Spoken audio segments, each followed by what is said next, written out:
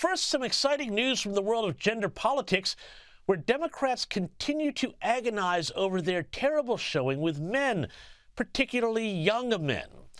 Extraordinary data from Pew Research this week found that from 2023 to 2025, men between the ages of 18 and 29 swung 44 points. That's massive to say that they identify now with Republicans.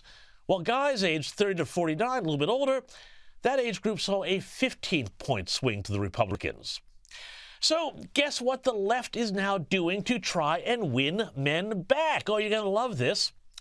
They're running a full-court press to convince everyone that if you like this woman, that if you find her attractive, this woman, Sydney Sweeney, and the American Eagle jeans campaign she's currently starring in, well, you might be a fascist or a racist or a Nazi or something because, well, come on, she's white and good-looking.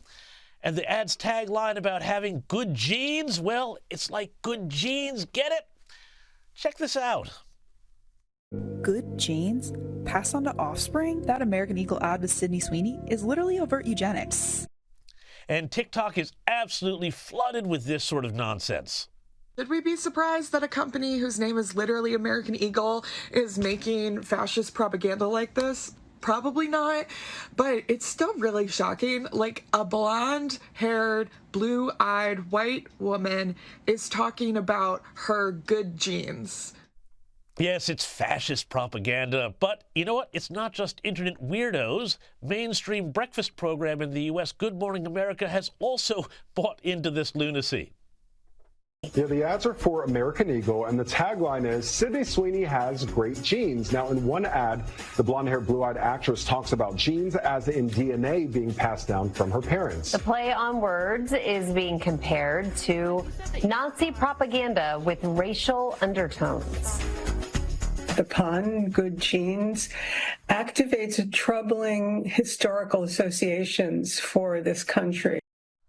Troubling historical associations. Meanwhile, the once respected journal The Atlantic, left-wing but very smart, has suggested that quote-unquote conservative commentators are pushing the idea that, quote, Americans should be free to love boobs, unquote. Again, I don't know why young men aren't signing up to be Democrats in droves with that sort of logic, but if you ask me, it's not hard to see really what's going on here. This is all part of a rebellion. This ad campaign is a rebellion against what might be called the Great Awokening that started with Barack Obama's presidency and lasted until the end of the Biden era. It was the push by the left to infect every sphere of life with woke politics while also trying to rewire society and even our brains, with part of that push being an assault on beauty itself, which is why the left finds Sydney Sweeney so threatening. This is why we see headlines from MSNBC saying the ad campaign is about a return to whiteness.